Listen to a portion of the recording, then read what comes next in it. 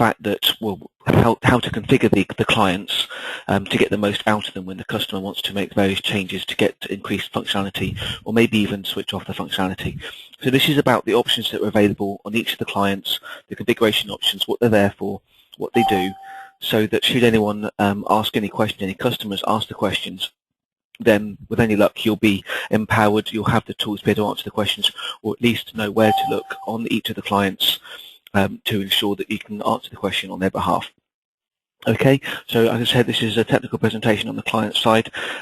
Similar to yesterday's presentation, we are going to be talking mainly through using the actual, or demonstrating using the client installed on my machine, but we're going to start off very briefly with the actual slides we've got here.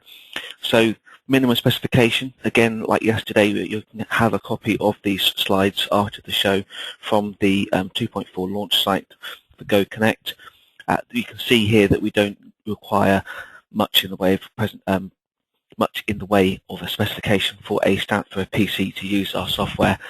You can see that we support Windows 8, so that's official now. That's nice, and we support the 64-bit and 32-bit software.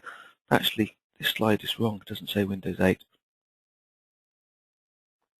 Anyway, so it does use Windows 8. Maybe this slide is slightly out of date. Let's just go through the rest of them. Okay, so actually I did say we're going to start the presentation. Getting my words muddled up here. We're actually going to go straight into the configuration of the client. As you can see on this slide, there's lots of words on here, so there's a lot to take in at one point. These slides are more designed as a reference point after this technical webinar, so that you can go over them at your leisure afterwards, maybe add your own notes. But for ease of use, so you can see the screens we're going to be talking about easier, get bigger pictures, I'm actually now going to come out of the presentation and fire up my Go Connect client.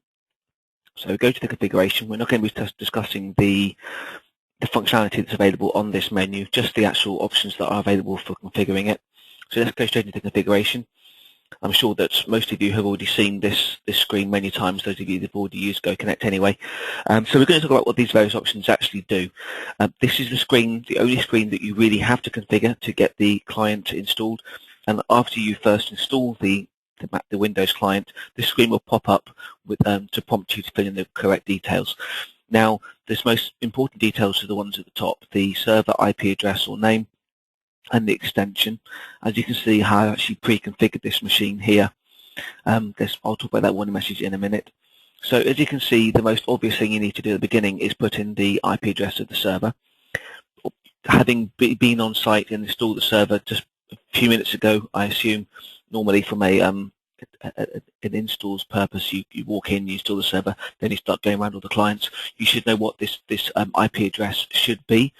If it's maybe an install that's coming along after the client install that's coming along after the installation of the server, maybe it's a few days, maybe a few weeks or a few months later on, and you can't remember what the IP address is and don't actually have access to the machine to check the details, then there is a detect button just here on the right hand side that will very quickly just use a quick session on the network to go ahead and find the IP address of the instance of the Go Connect server, so that will then populate the details correctly.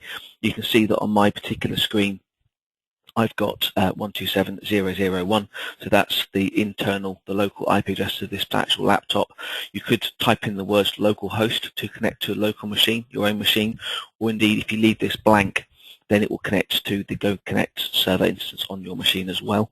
You will see at the moment that my extension is 201, and it is actually grayed out.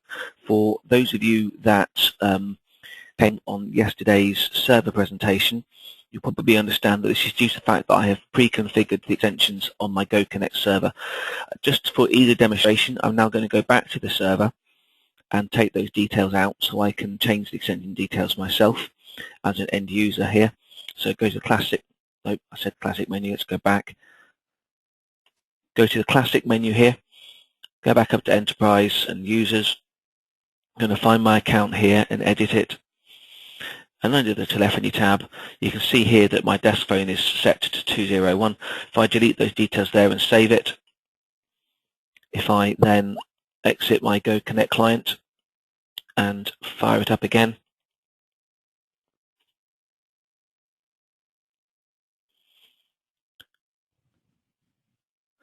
You'll see it's gone green. Let's minimize this now.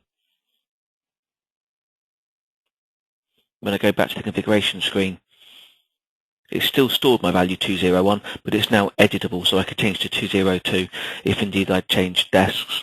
For those of you that have already seen our software, that we've got a new feature from 2.4. If I now delete the entrance here and put a question mark in and click on Save, what this actually does now is it's prompting me for an extension details. Remember, it's the last one that was in there, but I can put whatever I want in here as an extension now. Save that, and I'm using, well, actually on this particular server, extension 301 isn't valid. If I exit it and run it again,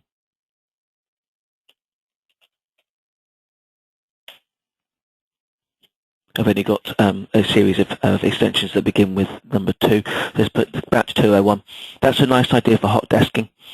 I've got a laptop here, so potentially every time I come into the office, I can sit at a different desk and just have a look and see which extension number is assigned to the handset, and then just type that in when I fire up Go Connect. So it's a nice simple way of hot desking when you're not actually hot desking with the phone as well, so you're not taking your phone extension around with you. You're just a mobile user. When I say mobile, someone that walks around fluid and uses different desks each day. Obviously, most people actually have their own desk and that's where they sit, but in some cases that's not always applicable. So that's new to 2.4. You'll see that each time you fire the client, it will ask the extension details, but it will remember the most recent extension that you used. So that's quite nice. It means that if you do come back to the same desk the next day, you just press Enter and you've got the correct details there. So that's nice. Let's go back to the configuration now. Let's hard code it back to 201 and talk about the next options. We did briefly talk about these yesterday. By default, the Windows login option is selected.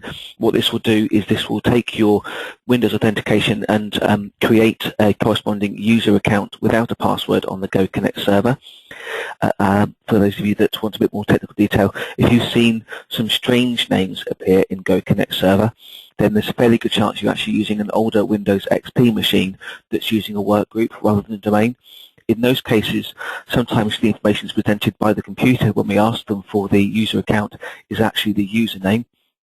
So that's why you might see things like admin1 or admin2 come up as the user, even if that's not what you believe that the end customer is actually logging onto that machine as.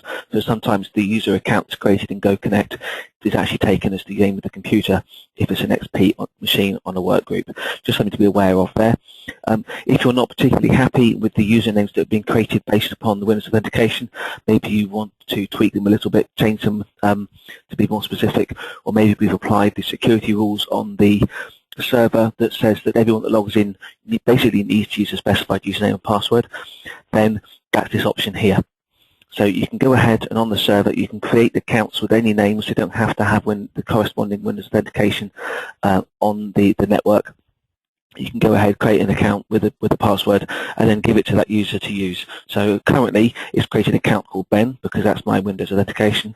But if I wanted to create an account called Benji, which maybe that's my nickname at home, then I could do that, and maybe it might be more appropriate than the ones that's actually being used on the Windows authentication. So that's what this option is here for. And indeed, there is also an option here to do not login. That allows the end user to remain anonymous. It's not an option I actually recommend. It means that you're losing quite a lot of functionality, such as a nice name in the presence window, or when using messaging, you can't message a user. Go Connect is becoming more and more user-centric. We used to be that on older versions we would concentrate on what device you were using, what extension, and apply most of the rules and the functionality to that. Now we have had to accept the fact that people don't just have one phone. I mean, personally, I've got my mobile extension and I've got a desk phone extension, but it's nothing to say I couldn't have a soft phone as well, and I have all sorts of configurations. So as one user, I have multiple devices. So for that reason, if you start looking on anonymously, some of the options you have to update the availability or the status of all your extensions is no longer available because it doesn't know who you are. It can only work on a per extension basis. So that's what the option is there for. Down towards the bottom, we have an option, the default here. Like I said, I'll talk about that message in a minute. The default is that everyone on this computer uses the same telephone number.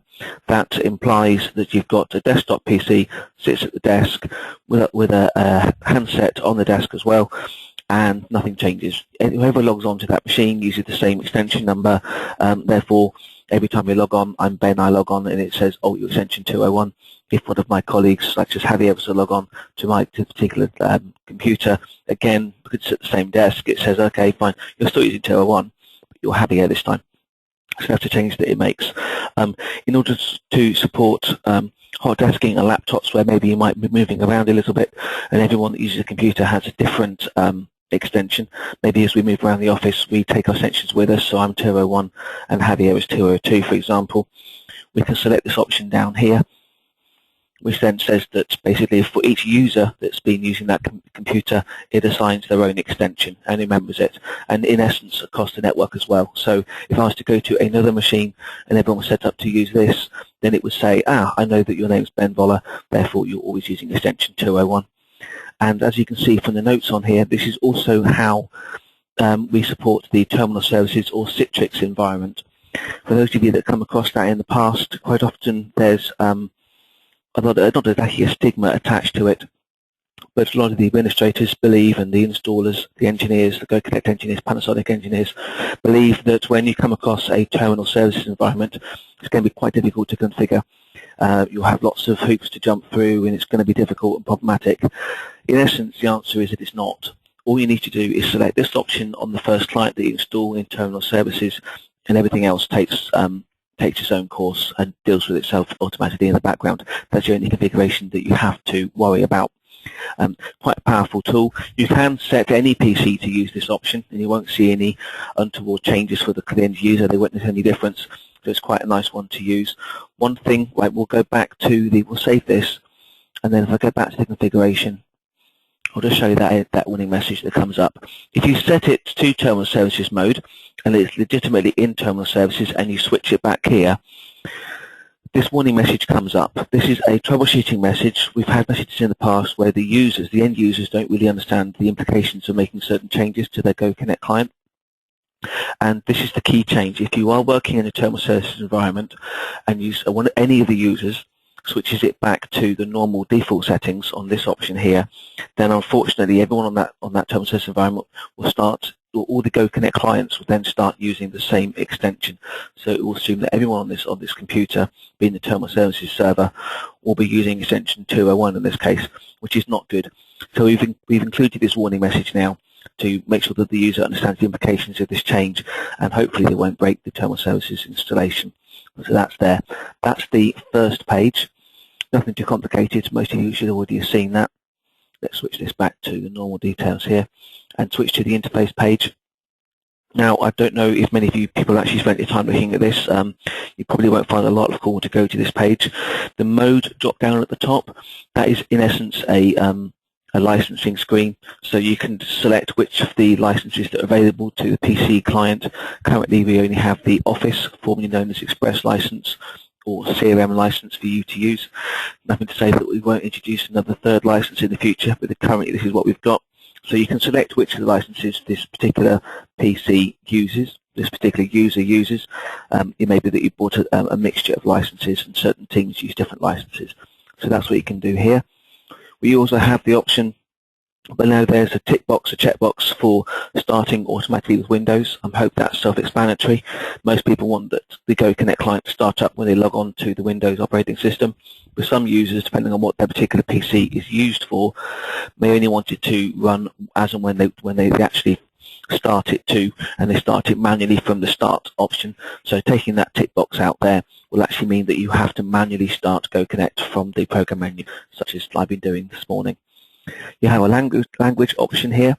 By default it's set to auto detect, which will go to the operating system, and if we have a supporting language file for the language that the operating system is running in, we will run GoConnect in that language. As you can see, it's quite a long list here. All these translations we've done professionally, as I was saying yesterday on the server presentation. So hopefully any foreign language users won't have any problems using these languages. We have a main Windows skin here. By default, we look like a GoConnect Panasonic client. You can, if you want to, change it to look like a Windows application. It's not very pretty. And what's even worse, really, from a visual point of view, is the no skin option. So you may probably won't want to change those very often. There's no real reason to change them, except on some older Windows XP machines that are on their last legs. Some of them have problems shutting down at the end of the day if the Go Connect client is running. This is only on older XP machines. If that is the case, then a nice fix or quick fix from an engineer's point of view is to select the no skin option. And then that should resolve that problem. So just a little bit of troubleshooting now throwing in as we're going through these slides. We have the option down here to play various sound files from your computer as and when maybe the phone is ringing or you have call waiting, or indeed someone sent you a new chat message. This allows you to identify if you have a busy room and everyone has the same ringtone on their handset, to identify quite easily, even if you're not actually at your desk, that your phone is ringing per se, so you can go back and answer the call. We have a nice option down here to mute speakers when a call is in progress. If you're the kind of office that allows people to play music, or your customer has an office where you can play music through iTunes or Media Player or what have you from your computer, then it's a nice quick option here to put this checkbox in, this tick box in here. So, oh, excuse me. So when it knows that that particular extension is on a call, it will mute the speakers on the computer and then return them back to normal volume level after the call has ended. So you don't have to fumble around and find the mute button or press pause on your music player. New to 2.4, for those that haven't already seen it, we've got hotkeys. You can assign, if I just show you this drop down here, which will actually drop up, for the function keys across the top of the keyboard, you can assign certain functionality to them, being the ability to make a call, answer a call, or hang up. I'm hoping that's all self-explanatory. Nothing too complicated there, but that is new to 2.4 due to popular demand. People seem to be moving back to using keyboards more than they used to in the past. We've moved migrating back from using a mouse to using keyboards more and more often. So we've put those options in place for you. And we do have the ability down here to clear certain contact or cached histories from the client. I wouldn't really worry about those too much. You don't go into too many details. So those, if you need to, you probably get asked by us to clear them down. Or maybe if a computer's been taken over by a new user, you may want to clear down the recent calls here. If I just show you on the client, you have the 10 most recent calls that have been made, and you can see that's all in there. If you want to clear that down, then just click the recent calls and that clears it down. It'll start again from scratch. We have dialing options. For those of you that have done either the pre-sales or the sales slide, I think we talk about how powerful these options are. We have new options in here to 2.4. We like to say that we can do click to dial from most applications on a computer. Obviously, there are some that we can't due to technical difficulties. We'll just quickly go through examples up here. We can see we've got clipboard dialing. That's nice and simple. Most of you have already seen that and turn it on by default. If I just start up a notepad here, type in a number, and it can be with spaces as well, doesn't have a problem with that. Let me just highlight it. If I right click and copy, or indeed do a Control-C to copy, what's happening here, which isn't working, which is embarrassing, let me just close that down. It's probably because of this. Let's save that.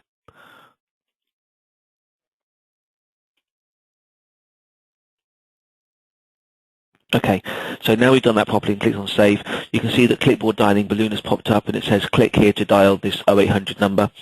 That's quite powerful because you can copy numbers from anywhere. And if we see that a series of digits could potentially be a telephone number, then that balloon will pop up, click the button, and it makes the call. So that's clipboard dialing. Nice and simple. Most people have that turned on because it's a quick and easy way to do dialing options. We also have web page dialing. Now we do have a technical document that's available from the 2.4 launch site for how to do this. Essentially, we now support Internet Explorer, Firefox, Chrome, and new to 2.4 is Safari. We do traditionally create hyperlinks on the web page where it finds a series of digits that can be a telephone number. Simply clicking on that hyperlink then causes the Go Connect client to make a telephone call. Nice and simple. Again, most end users have that switched on for ease of use. Application dialing, this is nice and simple. This means that you can train the Go Connect client to dial from many applications. When it comes to dialing options, I should have said earlier on, for the fully supported databases, the CRMs that we can integrate with, the integration guides that we have produced and made available to you as a reseller, they also explain all the dialing options that you will need to configure for that application. Every application is slightly different, so make sure that you don't have to try and figure it out for yourself. We give you very clear instructions. I think I have actually got Outlook running here. So if I go to my contacts here, if I open up my contact, I'll quickly demonstrate how the main way to use the dialing options here, application dialing. So I've already got this box ticked here. Click on Add. Now, most of these options aren't really relevant anymore. Most of them you probably need to use is the application runs inside a web browser. This will look for text boxes in the web browser and put a dial icon next to them. That only works for Internet Explorer for those of you who are interested. But the most commonly used one here is any other type of standard Windows application. If I click on Next, we've got a target here. Now, if I move it over, you can just about see towards the bottom of the page where my target is. I've got a telephone number in here. And if you see that the Contains box now has that telephone number, so the application is Outlook, and the text box is called Rich Edit 20 WPT. So that's good for me. Click on Next, close, and save that. What that means now is that if I now close this down and fire it up again, when I hover over the number in Outlook Contact now, we have a nice green icon there for dialing. Nice and simple. Now that's Outlook, which most people end up using.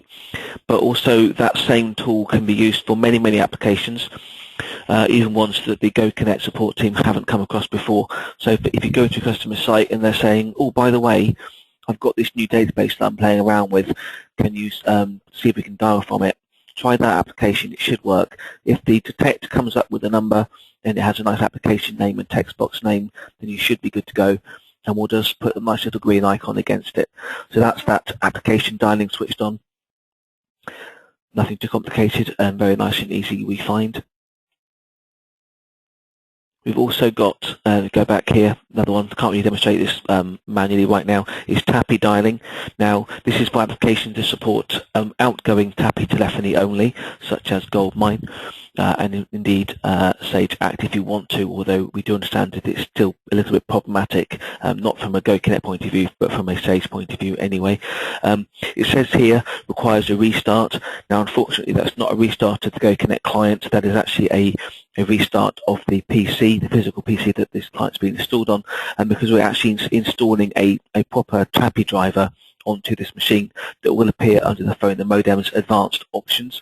So by doing that and restarting the PC, you then have the UC dial only TAPI, so dial only being the key point that it's for outgoing calls only, is then available to those other applications that support outgoing TAPI dialing. So again, we know certain key ones such as Goldmine support this, but if the customer has a TAPI dialing method and wants to try and instigate it, then feel free to turn that on and give it a go. You don't need to talk to the GoConnect support team to get that working. Nice and simple. We also have an option here called focus dialing. Now that looks and behaves quite similarly to the application dialing, but doesn't need training up. So let me show that in an example. If I just take off application dialing and remove this Outlook option here and save it. So in theory, what I've done is remove the ability to dial from Outlook. If I now hover over the number again, even though I turned it off, we can now see the icons appeared. So this is a much more flexible method of dialing than the application dialing. Application dialing specifically set up for a particular application. The focus dialing will say, oh, hang on, you've got the focus on a series of digits, but it could be a telephone number, so I'm going to put the dial icon there anyway, even if you haven't told me to specifically for this application. So that's quite powerful. It can mean that any text boxes or applications that we can see or that you put the focus into, it doesn't just appear everywhere, then it will put that dial icon next to it. Now, for those of you that have used our software quite a bit or understand how this is actually working, you may be concerned that by having these buttons and these hyperlinks appear in other people's applications that we haven't specifically configured for it, it's going to be a little bit problematic. Maybe it's not appropriate to work that way. So there are various options you've got down towards the bottom here to help control that a little bit more. Now, I only work in the UK, although I'm trying to get a better understanding of people's telephone numbers setups across Europe and the US. So I would say that we've got minimum length and maximum length here. In the UK, it's probably most appropriate if it's between 9 and 12 digits long, which means that if you've got a custom ID or an order ID that's less than or more than 9 to 12 characters, then we won't try and turn that into a dialing option. We wouldn't put a hyperlink on a web page or put our dial icon next to it if we used focus dialing. And indeed in the UK, it says must start with a 0. That's quite applicable. Most numbers in the UK start with 0 unless you're using the international number format with the plus sign before it. New to 2.4, we have advanced rules. Can't really go into those in real detail at the moment because we probably help you with that. But in essence, we use regular expressions to get more complicated about configuring or defining a telephone number for that particular customer's computer so that we don't put our dial applications in the wrong place.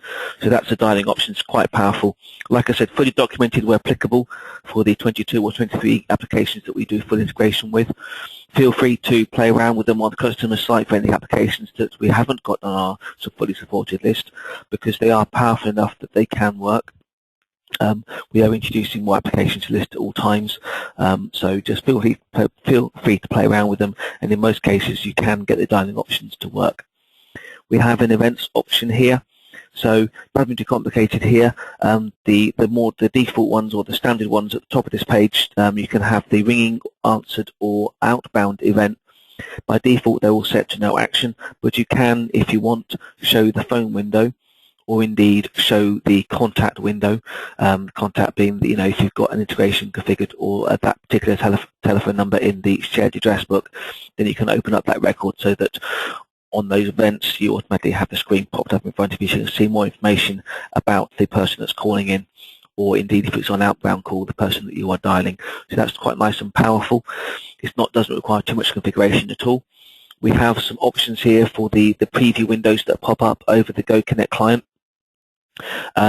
We have two classifications of preview: the call notification, if most people have already seen that, and if the site is using the window, using the chat option, then again we have a little bubble that pops up, or preview that pops up if someone tries to use the chat messaging. Now, depending on the setup of that particular client's PC, this may not be appropriate to have that preview pop up, so you can switch one or both of them off using this option here. Now, slightly hidden here is something that's new to 2.4, which is the ability to update the link client with the state of the call. Now, this doesn't require full integration with the Microsoft Link server. It doesn't allow remote call controls, nothing fancy like that, and doesn't require a new license.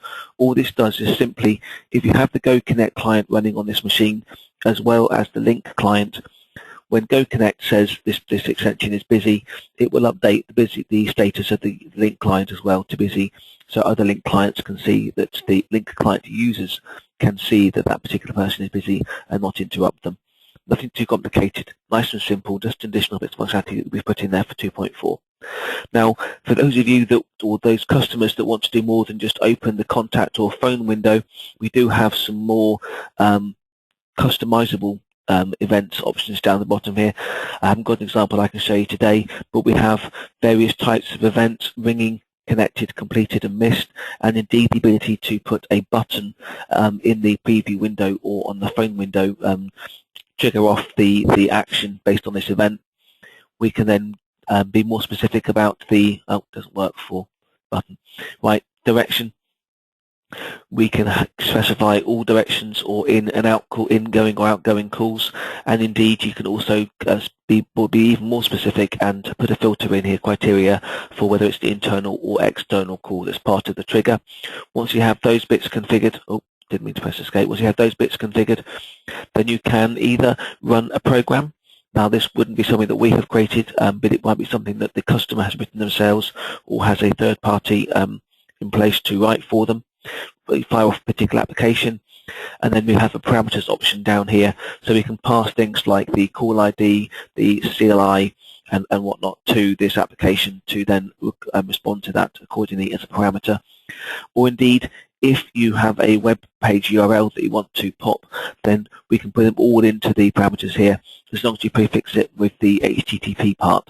So then you can pass in parameters. As you can see here, we have this caller contact telephone number option down here. This is, again, fully documented.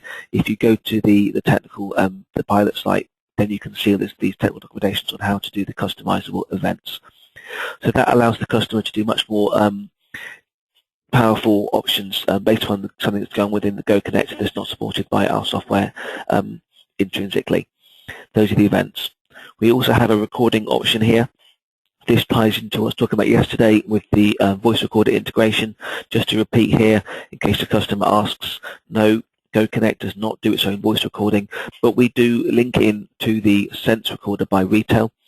And where applicable, we can mute the call. So this is for PCI compliance, for those of you that haven't come across it yet, although I'm sure you have. If a site has call recording functionality set up using the Sense recorder, and they collect a customer's credit card details, then whilst the customer or the end user is talking to the customer about their credit card details, we don't want to record that part of the call. And that information is normally taken down using an application form or a web page.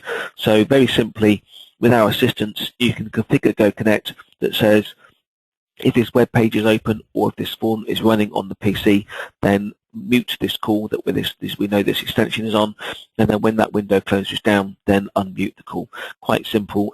Again, we wouldn't expect you to do this on your own, at least not the first few times. You'd always be involved, but that's what that option is there for if the customer asks. We have a social networking option down here. Now, this allows you to tie in to these three particular social networking sites, Facebook, MySpace, and LinkedIn. You just have to use your own details. Obviously, you can set up using work details or your personal details to link in. And it just means that on certain calls, if we have the customer's email address somewhere, such as the shared address book, then we can search for them within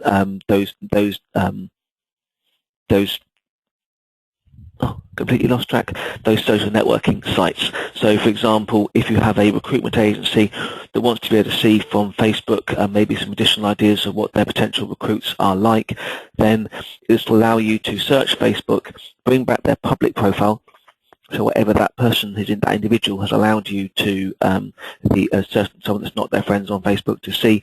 Maybe you can get a better idea about that individual. It could be that they've told you as a recruitment agency that they are the best, hardest worker in the world ever. Then just by quickly searching their Facebook for their email address, as it comes through, you open up their public profile and there's a big message saying, I hate work, if I didn't have to do it, I would never work another day in my life. So that maybe make you have second thoughts about putting them forward for a job. Or maybe you've got a picture of them middle of the week with a cone on their head, a traffic cone on their head, and you're thinking maybe they're not an appropriate manner to have on Facebook. So it gives you a second idea about what that potential recruit is. Maybe make you question whether or not you should put them forward for a particular role. So that's the social networking option there. I think that does actually require a integration license or CRM license for that to work. And now lastly, because we're not going to worry too much about the versions or log information down here, we have the integration options. Now this is all part of the unique selling point of Go Connect is the number of applications that we can integrate with, so that we can search the databases by telephone number and then have a preview window pop up with the information about that customer before you've even answered a telephone call. And that also allows you to pop the record, open up that customer's record in the end user's database. So I'll go back to the slides in a few minutes just to show you which applications we deal with by default, by the fully supported ones that are documented. But I'll just show you a few drop-down options here now. So this is actually because this is a development PC. This list includes some of the ones that we're still working on. But let's pick some of the more common ones to use that we've come across recently. Now, I would say that 95% of our end users use Outlook. So just by picking Outlook here, and then you can just click on leave the defaults options here, click on save, and we will then go to Outlook and search both their contacts folder to find records, and indeed, if you want to, you can link into the calendar so that the availability changes on the presence window in Go Connect when Outlook knows that appointment is scheduled for that particular time. So that's quite nice and powerful. Those are the default options. Those those mean that you've only got the default, if you've only got one profile on there, it goes through and works all the details. Now I've got one profile here, which is nice and neat. Now that I've selected that, I can see further information stores. Then at Mondigo is my normal one, the one that you've got in the background, but also got public folders here. So by selecting different options, you then can filter down even further. One key point here is that for Outlook in particular, you can have multiple configurations set up. So I could, if I wanted to, have these test contacts applicable and save that. And then I could then also go through, go back to the options, add a new one, and go back to Microsoft Outlook,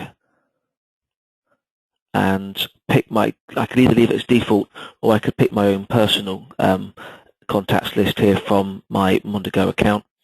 Let's wait for this to filter through. If I pick my own one, there's always this search option down here. Now, every single integration that we do on this particular area always has this integration test at the bottom. This allows you to quickly test that the integration you try to configure actually works. So it says telephone here. We have seen various people in the past trying to put a name in there. It doesn't work. You have to put a telephone number. It doesn't have to be a full telephone number, just enough of the number to find a record. Now, this may not be meaningful to any of you, but it does tell me that I've been able to get the integration to work properly. If there is a problem with the integration settings above, then you should get an appropriate error message that helps you identify what went wrong, such as database cannot be found, or maybe credentials, incorrect username or password, those kind of error messages. So you can always run that test at the end to make sure that your integration works before clicking on save and walking to the next PC. So those are the Outlook ones. Those are nice and simple. They're the kind of the default ones that everyone goes with. But we do get more complicated. Dynamics CRM, Microsoft Dynamics CRM is one of the applications that we work with, and we've got a lot of customers out there using that. So I'll just show you one of the more complicated screens. Now, again, this is fully documented, so you should be able to work with this application. It's the fully supported applications. But this does emphasize one particular point, is that the best win in the world, the GoConnect support team, and indeed the engineer, the Panasonic engineer that's going on site and trying to configure this on behalf of the customer, we don't have all the technical answers to how a site is configured. So we don't know what method of connectivity, what credentials the end user uses to connect to Dynamics CRM. And indeed, we don't know before we go on site what the server URL is, although we can find it. So what we'd always say is, when going on site to do an integration, if the customer is asking you to do it on their behalf, then maybe run your eye over the integration guide beforehand, before going on site, looking at it. And if you think there's going to be some particular questions like where's the customer's database stored, or what's the URL, or what the username passwords are, then just make sure before you're going on site that there's going to be someone available to talk to that has the technical answers. It could be that they have an on-site, in-house technical IT support team that can help you out. It could be that when you ask, the customer says, oh, it's okay, I set this all up myself, therefore I got all the answers. Or maybe there's an external technical support team that you can get hold of via the telephone on the day when you're on site, that can tell you the server URL, the location, the name of the database, the SQL database that you work with. Because unfortunately, the team at Mondigo, the GoConnect support team, we don't have the answer ourselves. So just try and be a little bit, if you need to, be clued up in advance before going on site, just to make sure that you're going to get everything working properly and you don't get any nasty surprises when you try and work with the customer's computer. So those are the integrations. Like I said, they are fully documented, the 22 or 23 that we work with. The options we have worked with, the various options that are made available as you select a different CRM, we've worked very hard to keep them down to a minimum set of requirements. So if all we need to do is ask for username and password, then that's what we're going to ask you to put in. We've tried to make it as simple and as easy as possible, but again, it is documented. If you have any questions, then ask us, but you shouldn't have too many difficulties with them. If I now go back to the presentation and skip through, everything I've been talking about is mentioned on the slides that we're going to have available to you. If I just quickly put this slide up here, This is a nice pictorial example of the currently supported database integrations that we work with. As you can see, BTiger, Sugar CRM, Sage CRM. As I've already mentioned, we've got Outlook on there and Microsoft Dynamics CRM as well. CRM is a word that appears quite a lot. Maximizer. So those are all fully documented. Go to the website, download the technical guide or configuration guide for them, and you should be able to get it all working without our assistance at all. But obviously, if you do have any problems, let us know and we'll see what we can do to help. The next couple of slides, these outline what kind of licenses are required for the particular integration, and indeed whether or not there are any particular versions of the application that we do support. So in the case of ConnectWise, this is a new one for 2.4, and due to the fact that it's relatively new, we can't be backwards compatible too far, and we said the only supported version we can use for ConnectWise is 2012.1. eGroupWare's on there, so we can see that we've worked with versions 1.0 to 1.8 and so on. So also make sure when you're going on site that if they've been told you that you've got a particular application you're going to be working with for the customer, that the version they've got is compatible with our software. Please don't assume just because they say they have a particular application that we're going to work. It's important that you do check that the version they've got works with GoConnect, maybe to be more accurate, so that GoConnect actually works with that application. So just double check the details on this slide here to make sure that, again, there aren't any nasty surprises. There's actually 2 pages of these, and as you can probably see as well, we do include some columns here for the Mac client, but as we'll see shortly, they only really support Salesforce for the Mac. That's the limited capabilities that we've got at the moment. All that information is available to you once you download these from the site. And then we've already talked about demonstrations, did that beforehand. Just feel free, as resellers, you can install the software free of charge.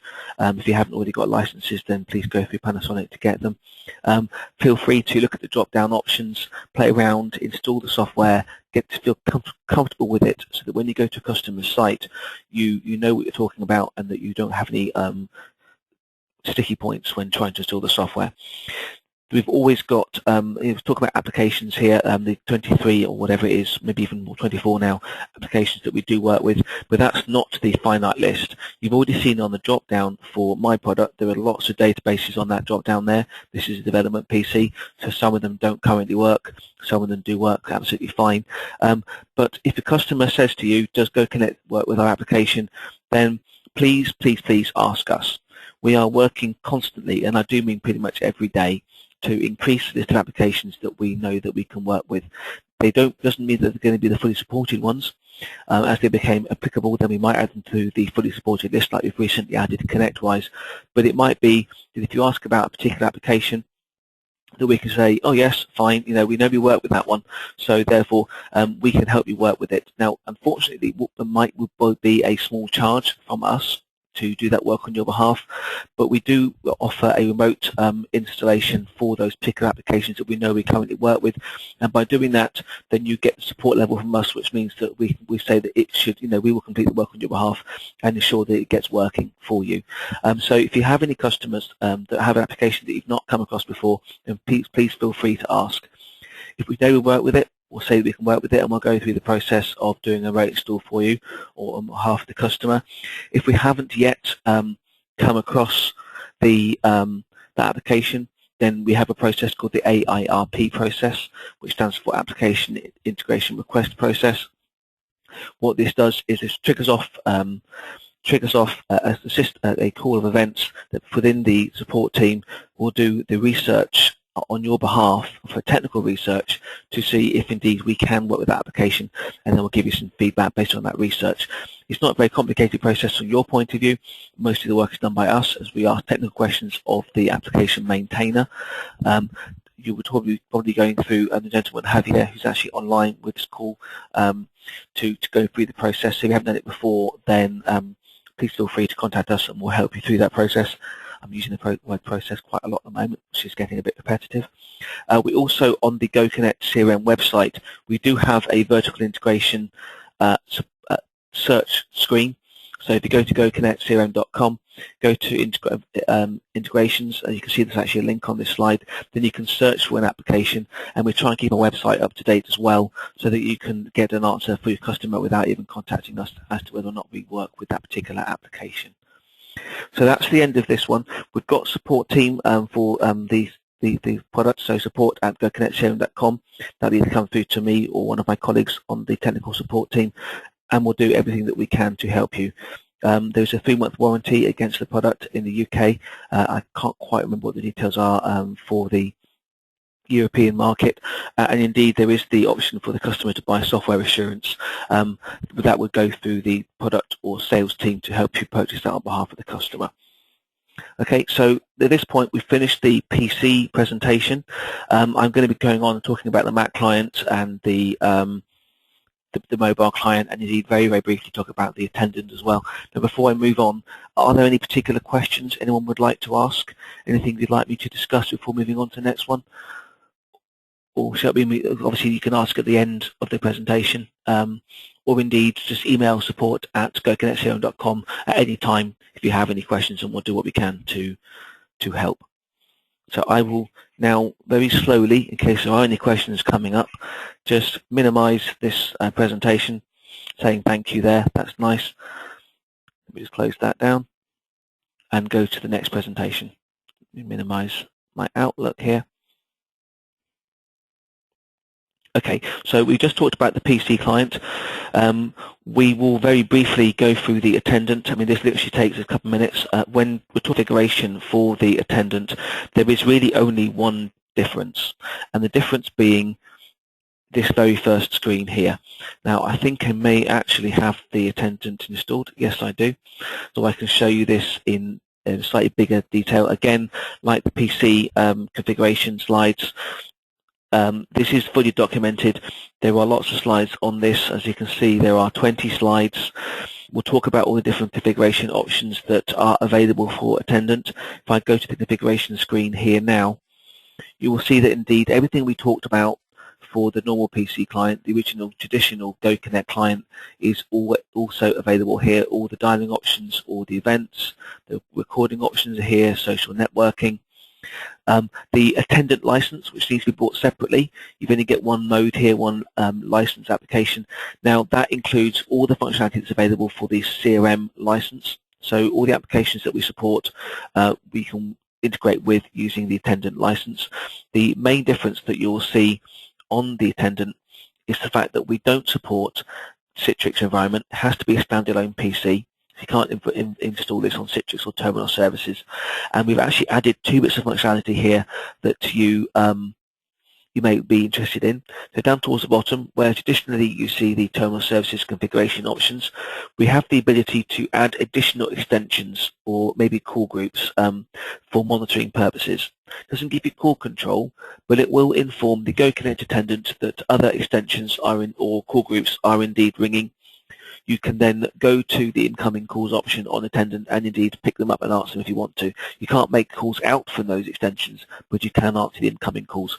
So maybe the Attendant user, the switchboard user, is also being asked to monitor the chief executive or director's extension as well as their own, and field all calls that are coming in, and then only forward the appropriate calls to the managing director or the chief executive.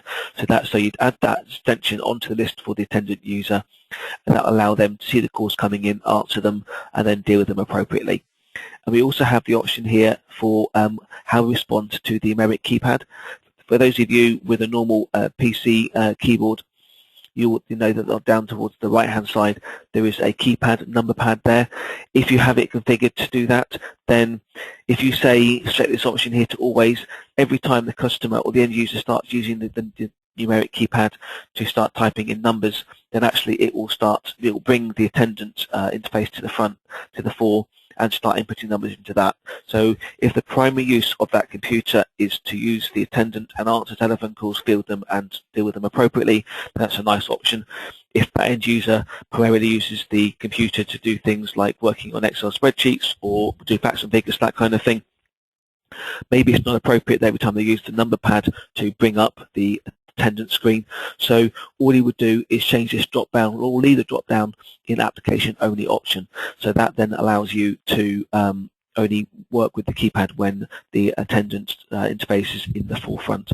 So those are the primary differences between the normal PC client and the recently introduced but not new to 2.4 Attendant.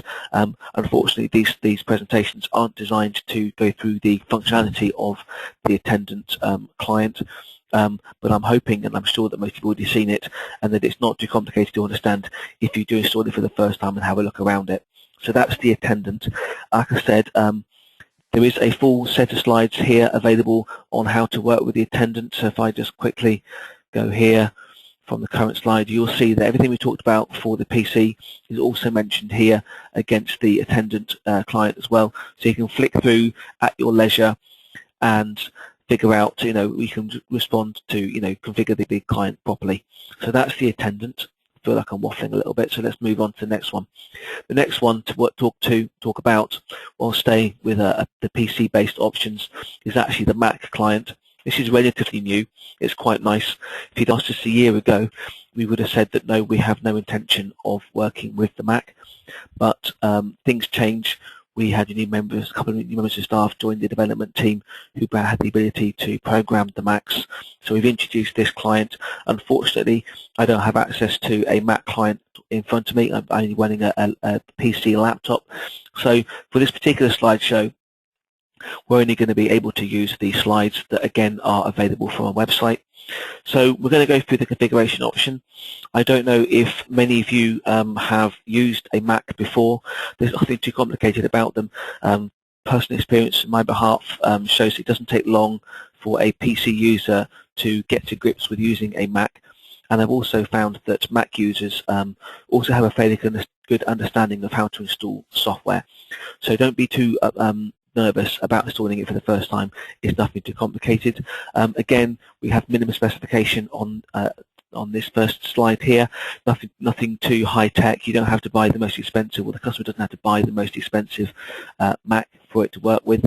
Just basically your standard Mac laptop or standalone Mac will actually work with our client. If I skip forward, the main difference between the Mac client and the PC client, for those of you who haven't already seen it, is the installation process. On the PC, you double click and it says, do you want to install it? And you say yes, and then you basically click on finish. Nothing too complicated with that. The process is slightly different from a Mac client, although what you'll find is if you haven't done this before and you're a little bit nervous, there's a fairly good chance, and I do mean this, that the end user, if they allow you, they'll be on there and they'll actually be able to help you do this themselves, because the installation process for a Mac is slightly different, but they seem to understand it much better. So basically, you download the Mac client from our website. It's available from the normal download page. You then have to insert or mount it simply by double-clicking on it. Once you've done this, in the Finder, which is the equivalent of the Windows Explorer My Computer option, you'll see a new device called a UC Communicator. And once you've done this, you can then double-click on it, or to actually Go Connect device, double-click on it, and now you've got two options. You can either drag it to the desktop or move it to the applications folder. This is literally a double-click, or a single-click, and then dragging it to the appropriate place or to the desktop, and that's it. There is a system tray down to the bottom, and you can pin Go Connect to that as well. Again, the Mac user will be quite happy to do that for you. They've got experience. Nothing too complicated. Unfortunately, I haven't used Macs that much. I used it for a year and a half before joining Mondigo, but I'm a little bit rusty. So I can't give you too much detail, but I can assure you that the installation process is nice and simple. Once you've installed this, you have the normal configuration options. I did have a couple of calls, literally 2 calls come through this week already about where the configuration options are. That people will right-click on the green icon at the bottom right-hand side of the screen and get confused when there isn't a configuration option. The configuration for the Mac client is actually in the menu at the top. There will be a separate menu towards the top left of the Mac screen called Go Connect, and you can get to the configuration options there. So if you get lost, that's where you'll find the details. The general configuration options are the same. as the PC client. We haven't turned around and said, okay, so we've got a Mac client, let's completely rewrite the rules, completely rewrite the options and the configuration screens. We've tried to keep it as simple as possible and as familiar to those end users and resellers as possible compared to the PC client. So I don't really need to spend too much time going through the options here. We have the normal telephony screen where you can enter the IP address of the server. One thing to note here is that we don't offer a Go Connect server for the Mac. So there has to be a PC somewhere on the network to install the Go Connect server on it. Otherwise, you just can't get this software to work. But you have the IP address there and the extension number, and then also you have the options for logging in. Slightly differently worded, but essentially the same as the PC client. Those of you that are eagle-eyed will see that there are no options on here for terminal services. We don't support a terminal services style environment for the Mac at the moment, so that's why the option isn't there. So going through, that's the telephony screen. We have the similar options for the interface. You can pick the license to use. There's still a CRM or an Office license type for the Mac. Nothing too complicated there. Language options, whether or not you want to fire up the Go Connect client when the Mac operating system starts, the ability to play sounds as well. So that's all in there. You have events, similar events to the ones you saw on the PC, so I don't spend too much time discussing them either. And the integration options. Now, the integration for the Mac at the moment is limited to the inbuilt Mac OS X contacts. So all the Mac operating systems have their own address book that allows you, and we can integrate with that directly. And then also Salesforce, which is a nice web-based application that we work with. That's all we work with at the moment. Not to say that in the future we won't support additional CRMs, but currently those are the only applications that we have working correctly and fully functioning for you. Those of you that are also eagle-eyed and attentive at the moment, you will notice that we didn't discuss any dialing options. Now, that's because the dialing options that we do support on the Mac are already turned on. We do support web page dialing, which will work with the browsers in the Mac, and also its own equivalent of the clipboard dialing. Now, this isn't detailed in any real. This isn't. We don't go into detail on this technical presentation. But if you go to the Go Connect CRM website and go to the downloads page for manuals, there is a guide for the Mac client for the functionality and how to use it properly, and there is a page or a couple of pages on there dedicated to getting the dialing to work, or rather not getting it to work because it's turned on automatically, but how to use the dialing methods. So again, I apologise that we don't go into detail on that on this particular presentation, but if you download the Mac client user guide from our website, then you can find details of dialing there. So those are the options. There is no dedicated support team for the Mac client. If you ask for assistance using the support at GoConnectCRM.com email address, then you'll come through to the same team, so myself and the other members in the other room. And we will do everything we can to assist you on that, and the normal rules apply about warranty and software assurance. So that one was quite quick, not quite as quick as the Attendant. So I can close that down now. Just before I move on to the final part of the presentation, which is the Mac client. Has anyone got any questions to do with the Mac client? We don't get many questions. There's nothing too complicated about it. We've only had 1 or 2 questions come through since we introduced it on how to install and configure it and get it working. I'm hoping that's due to the ease at which we've made it, or the simplicity we've made, to get this working for you. But if anyone has any questions, then either ask now at the end of the presentation, or indeed just email a question to us, and we'll do what we can to help. Okay, so that is the Mac one. I can't see any questions come through at the moment. So let's go and fire up the last one, which is the mobile client. Now, I'm hoping most resellers have already come across the mobile client, so I'll go through this. These slides are aimed mainly at the Android application. This is the Android application has the most configuration options on it, but should you download the Mac, the iPhone version, then you shouldn't see any problems on there. You just can't provision it in the same way. So I'll talk mostly about the Android, but where applicable, give you additional information based on the iOS product. So let me go through to the slideshow and start this off. So this is relatively new. We've got the mobile client. As I said, we do support both the Android operating system and the iOS operating system for the iPhone. Well, it doesn't say it on here, but well, it does actually say we support the iPad, so that's quite nice. And we also support tablets as well. So if the customer has a tablet, although they don't have telephone capabilities, you can run it in desk phone mode on the tablet so that you can control the desk phone that you're using. But I hope that's self-explanatory. To get the latest versions of our software, there are two places to go to, one for each client. If you go to the Google Play Store, you can download the latest Android device. And if you go to iTunes, you can download the iOS device. They are both free of charge, although I would say that on the GoConnect server, you do have to have the relevant number of mobile client licenses installed against that serial number, otherwise it won't connect and work properly. Okay, so that's the way to get the software from and the minimum requirements. Now, we're talking about functionality here and what additionally you need to have in place. Now, our system works quite nicely using either the Wi-Fi 3G or indeed 4G connectivity. Depending on what you try and do, what you're trying to do, you should be able to use the 3G connection without any problem at all. So if you're talking about using the extension presence list, chat messaging, searching the shared address book, which is available through the Mac client, or through the mobile client, or looking at call history, or indeed switching between dial through and dialing off, dial through and switching dialing through off, on or off, sorry, then you can just get away with using a 3G connectivity. If you're looking to use the soft phone mode, which will utilize the dialing rules for the installed soft phone on the mobile client, then we would always recommend you use Wi-Fi to get the clear connection.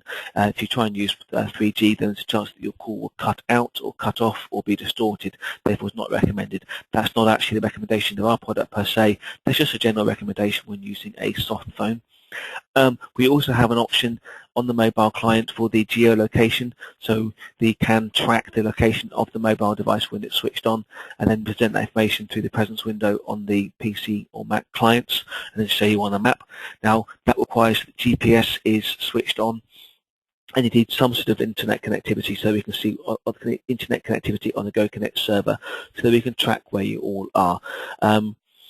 Obviously, a warning here that if you're using a data connection, 3G connection, then very good chance that there's a chance that with your particular contract, your network, there may be some charges involved, although these days we are seeing more and more that you buy bulk amounts of data per month that you can download, and hopefully you don't overgo your limit.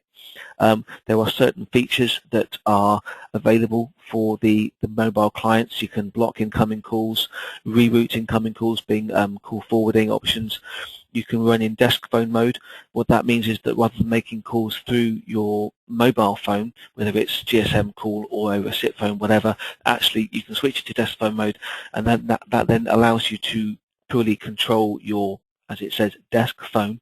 So if you have a tablet in front of you, rather than using a PC client to dial out, you could, if you wanted to, just have the GoConnect mobile client installed on your tablet, sat next to your computer. You can then make a call out there or answer a call that's coming through from your desk phone. We also have a soft phone mode, which we'll talk about later on, which utilizes the soft phone capabilities if you have them installed on your mobile. So that's quite nice, but we need to talk about it in slightly more detail later on. And we have dial-through.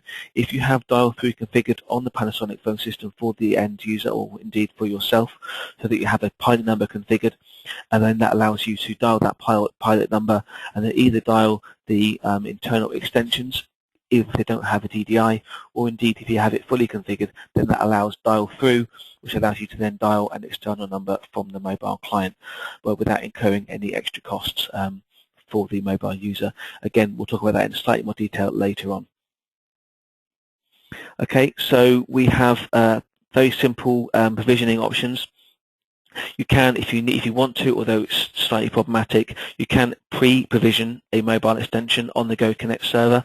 We did talk about this yesterday in brief details. You'd have to directly add the unique identifier, the IMEI number, or indeed the cell phone number, to the GoConnect client. So it's probably recommended that you have a that you don't go that route. You allow the user to instigate the provisioning and then complete the configuration from the server. And then we also have GSM dialing. Like I said, GSM dialing is what I didn't say, but GSM dialing works intrinsically. So you just make the calls through the mobile. If you have dial through, then it will dial the mobile number or dial through number. But if the customer has a SIP phone or soft phone installed on the mobile device, then we can utilize those settings. Please note that we do not install an IP phone or any soft phones with the GoConnect mobile client. All these settings have to be pre-installed, configured, and proved to be working on the mobile before you can get the GoConnect client to work with them. So we have had customers in the past expecting that when they install GoConnect Mobile that all of a sudden there's an IP or soft phone on the mobile, which means they won't incur any extra costs. They assumed that all the calls would be routed through the Panasonic phone system, and that completes the options. That's not the case. By default, we will always use GSM options, so do the normal dialing. But then when applicable, if you do have a soft phone installed, we can stop the GSM dialing and simply use whatever soft phone has been installed on the mobile client. So installation process, once you downloaded it, this is for the Android mobile client. It's fairly simple. You go to the Google Play Store, you download it, you click on install, and it's all there and ready for you to use. The configuration options are quite simple. The first screen you'll get, it asks you for the IP address of the GoConnect server. Now, this is traditionally and normally the external IP address, expected that the customer will either use data when they're outside the office or another Wi-Fi network, and therefore internal IP addresses won't work. So you'd have to use you traditionally use the external IP address. We connect normally using port 21050. So you'd have to make sure there was some sort of port forwarding and network address translation options available on the customer's network or your own network if you're looking to use it in your own office that points port 21050 and 21051 to the server that has the GoConnect server software installed on it. You can, if you want, use a different port for connecting. Obviously, the GoConnect server still requires the traffic to come into port 21050, but you can use port forwarding to mean that the incoming connection can come through a different port. If that's the case, as you can see from this example down here, on this option down here, the bottom half, you can see my cursor moving, that if you have got a different port that you want to use, then put the IP address in, and then followed by a colon and the port that you want to use. So in this case, we've got an external IP address. We're wanting to use port 12345. I haven't got much imagination. If you put that in there, you just have to have port forwarding saying that incoming traffic from external sources to port 12345 points to the internal IP address of the GoConnect server, and translating to port 21050. So that's as simple as it works. Once you've put that information in there, click on Next. If it's been pre-configured, then it will say it's completed. So you go through, it says well done, it's all been done. That's nice and simple.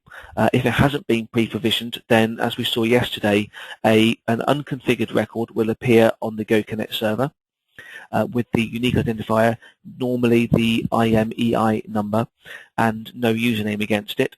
So then the administrator or whoever wants to configure it goes to the GoConnect server, edits that particular mobile device, mobile extension, selects the correct user that's been configured for it in advance, clicks on Save, and then the end user just clicks on Refresh on the Android app, and it all works. One thing to say here is that in order to get this to work now with the very latest versions of 2.4, that on the user details on the GoConnect server, you have to provision both the desk phone and mobile phone extensions. They can be the same. If you wanted, you could have put the desk phone in there twice, or indeed the mobile extension in there twice, but that would be a bit strange for the PC client. So you have to provision it against the user, and then you just associate the user with the mobile extension. As you can see towards the bottom of this page here, if there isn't an administrator available to go to the GoConnect server and select the correct user to complete the provisioning of the mobile client, then you can do a manual setup option from the Android device. When you want, so we're doing that, you've got options to go for switch another user. So obviously you should already have put the details in there for the correct, switch to another server. This is only applicable if you suddenly realise you put the wrong IP address in, or indeed something has changed. This will then mean that you can point to a different server. I mind you, if it hasn't been configured on a new server, if you haven't migrated the server across completely, then you'll have to reconfigure it again. Or indeed, as per this slide, you can use the manual configuration.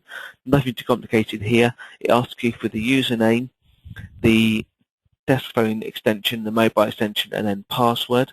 So as I explained yesterday, there has to be a password assigned to the user on the GoConnect server. By default, if you are using the Windows authentication, a user account will be created but without a password.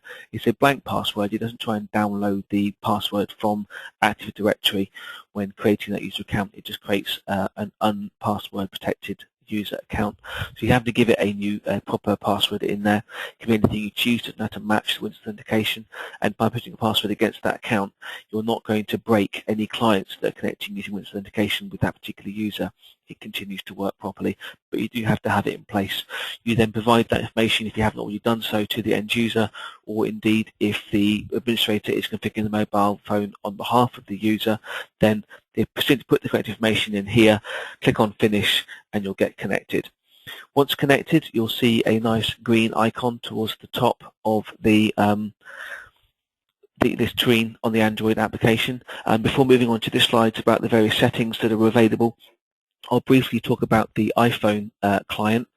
We don't have slides available at this particular point, but if you go to the GoConnect website, similar to the Mac client, there is an iPhone or iOS configuration or user guide which goes through this in slightly more detail.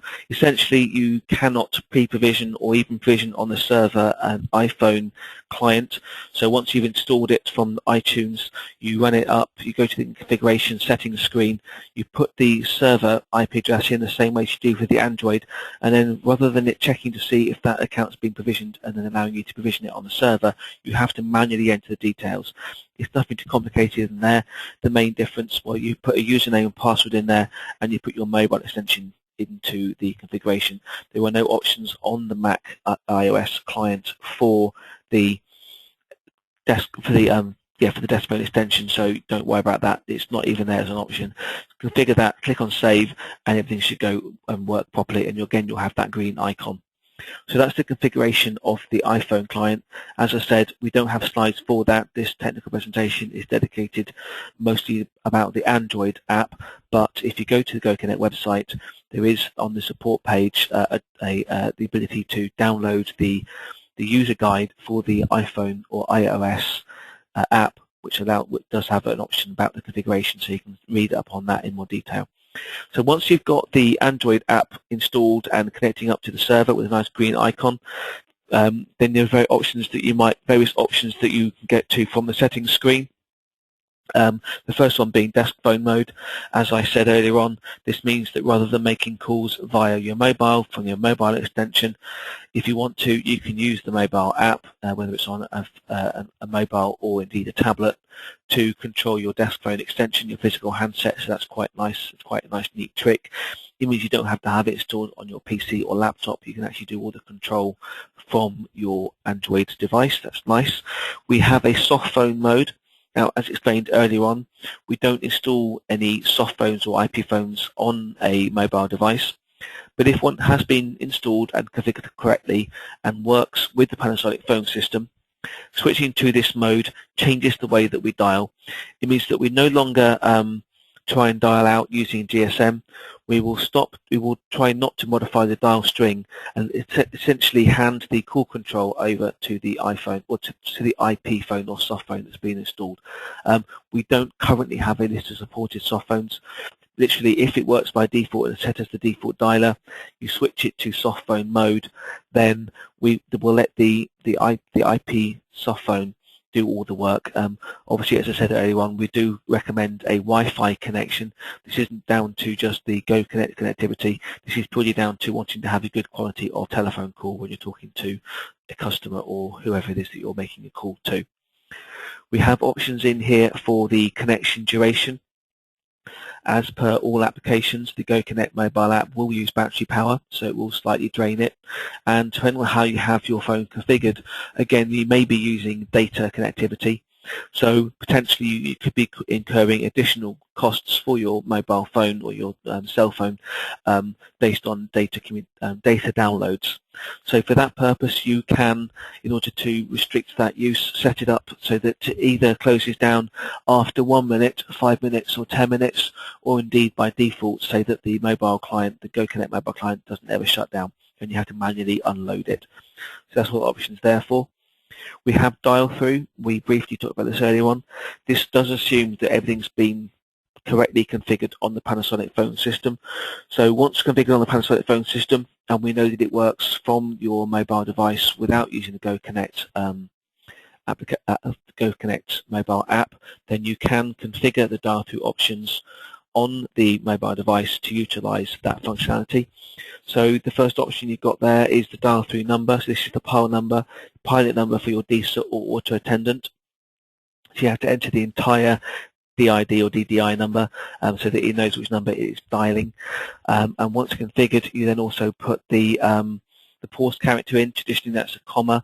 It just says you're dialing the pilot number, you wait for a dial tone, and then you start dialing the rest of the number. If you're only using the auto attendant style options, then you'll only be able to dial internal extensions. I hope that makes sense. If you have the full DISA dial through options configured on your Panasonic phone system, then you can use these dial through options to then dial external numbers. Maybe it is the case that the end user has to dial lots of international clients and doesn't want to get a big mobile phone bill for dialing international numbers, but there's a good tariff on the Panasonic phone system or the phone provider for the office. There's been agreed they can always dial the international numbers from the Panasonic phone system. Then using dial through options will allow them to dial those numbers from their mobile without any extra costs. You have a trunk access option on here. Traditionally it doesn't actually go through the Go Connect server, and therefore you have to tell it what character to use. In the UK, a 9 to make that external call if you're using the full dial through options. And then external number length basically informs the Go Connect mobile client how to deal with the numbers that you're trying to dial.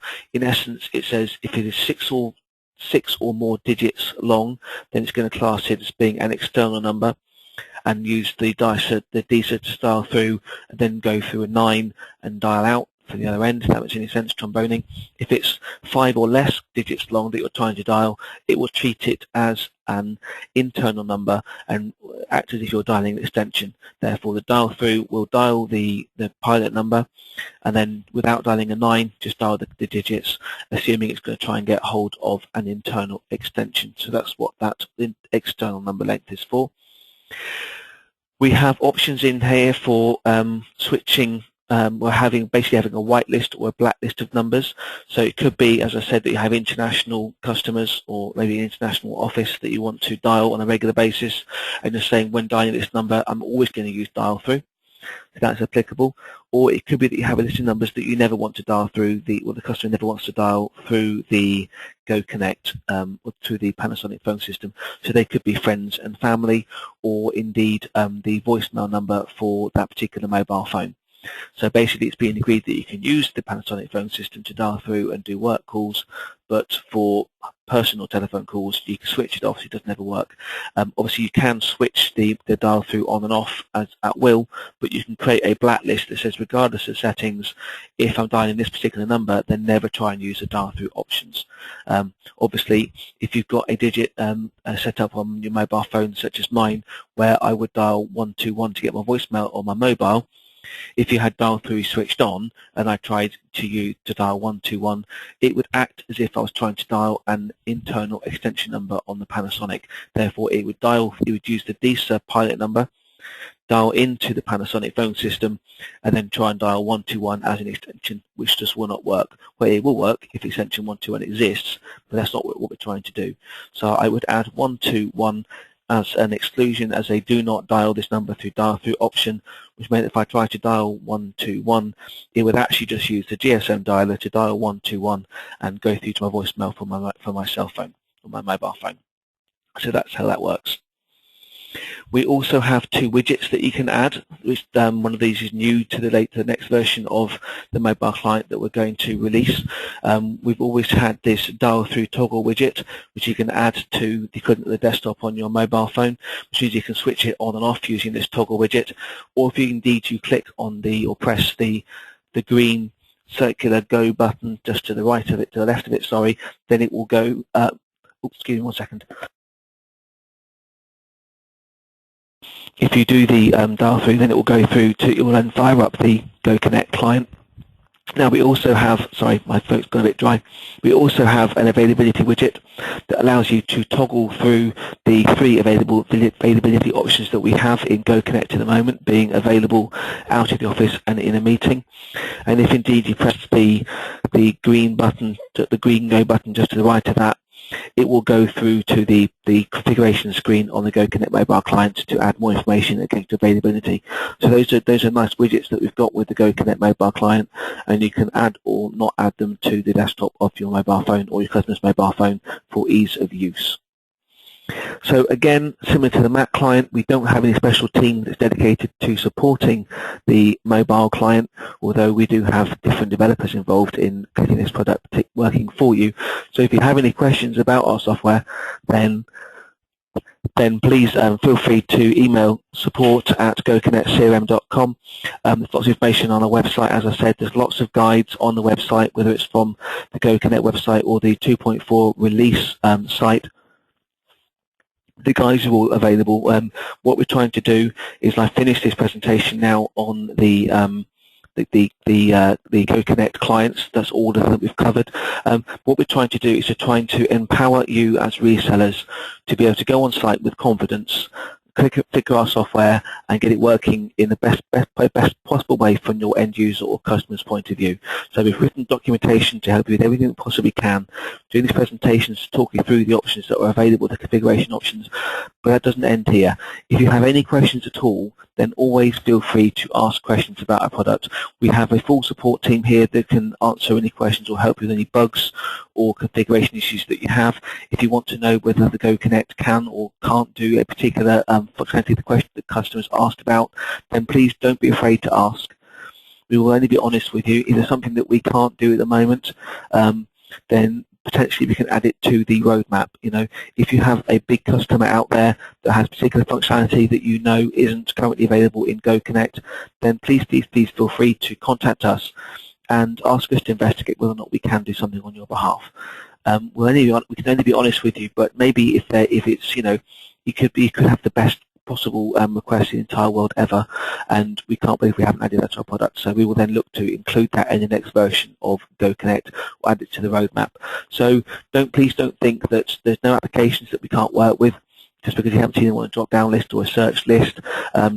Don't think that just because functionality isn't there at the moment that we wouldn't look to include it on your behalf in a future version. Just ask those questions and we will answer you as best as we can. We want to make sure that you get the most out of our product, that you feel confident with it, and that you are then selling it on to as many of your customers as you can as you install the Panasonic phone systems. So that was a bit more of a sales pitch than anything else, but we want you to like our product and use it the most. So we are here to help.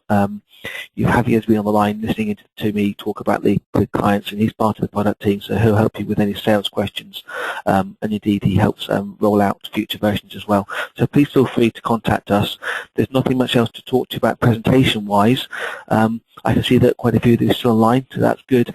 If anyone has any questions, then please feel free to ask the questions now, or indeed contact us via the support or sales at goconnectcrm.com if you have any further questions, and we will do what we can to assist you.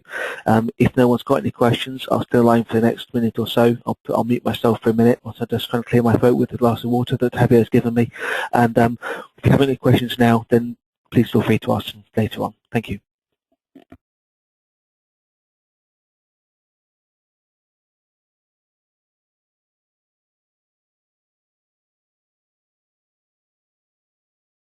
Okay, then so you've always had a no thank you from one person. So I think I'm now going to close down this webinar. As I said, Javier, if you haven't already got it, Javier can provide you a link to the downloads page so you can get copies of all these presentations that I've been going through today, so that you can look at them when you have a chance, or maybe in advance to go on a customer site, or just at your your own free time, just because you found it so fascinating. So feel free to download them, and then also you can use them to become a support customer, a fully supported customer of ours. So thank you so much. Now I will close down this session, and oh, hang on, there is a brief question here about the voice recording. Okay, so very quickly, the GoConnect doesn't doesn't offer any voice recording on its own. It doesn't have a voice recording option, but we can tie in with various voice recording equipment, such as the Sense recorder by a company called Retail. Well, the reason why we do this is that there are certain points in a customer's work process, in their business process, where they want the sales teams on a call, but we don't want to record key information about that call. So what would happen is maybe it's a sales team and they're taking calls and they are taking down someone's credit card details. We don't want to record the credit card details. So what we would do is on the client PC, if we had this fully configured, then we would train it up similar to the way we have done for application dialing. And a quick show of this one here. If I go to this, maybe this isn't a good example, but I'll show you what I would do. So we go to the recording page. What we're going to do is we're going to be training the client. We've already configured the server to connect up to the voice recorder, to the retail box, and we're linking in. We know that any calls that are going through the trunk, the telephone trunks, are also going through the voice recorder channels. So we've done all the configuration on the server. So the next step is to configure the client to pause or mute the recording at certain key points during the process. So, for example, you'd have a web page that turned up. You went to a particular web page to gather details, or maybe an application is running to record those details for the credit card details. So I'm stuttering a little bit here. So we would switch on record recording, and then show messages, which is a warning system, and then train it up much the same way as we had done the application dialing. So we would either use it for an application or maybe for a web page using this option here. So let's say calculator. If I now drag that across to the calculator, it's found the calculator application. Click on Next, Close, save that down. If I make this on a call,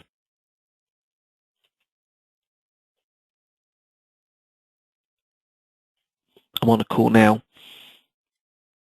If I now fire up calculator, I'm hoping.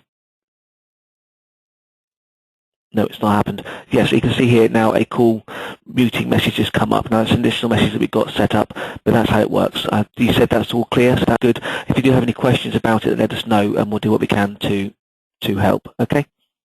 Okay, so I'm going to close this down now. Okay, thank you. Bye bye.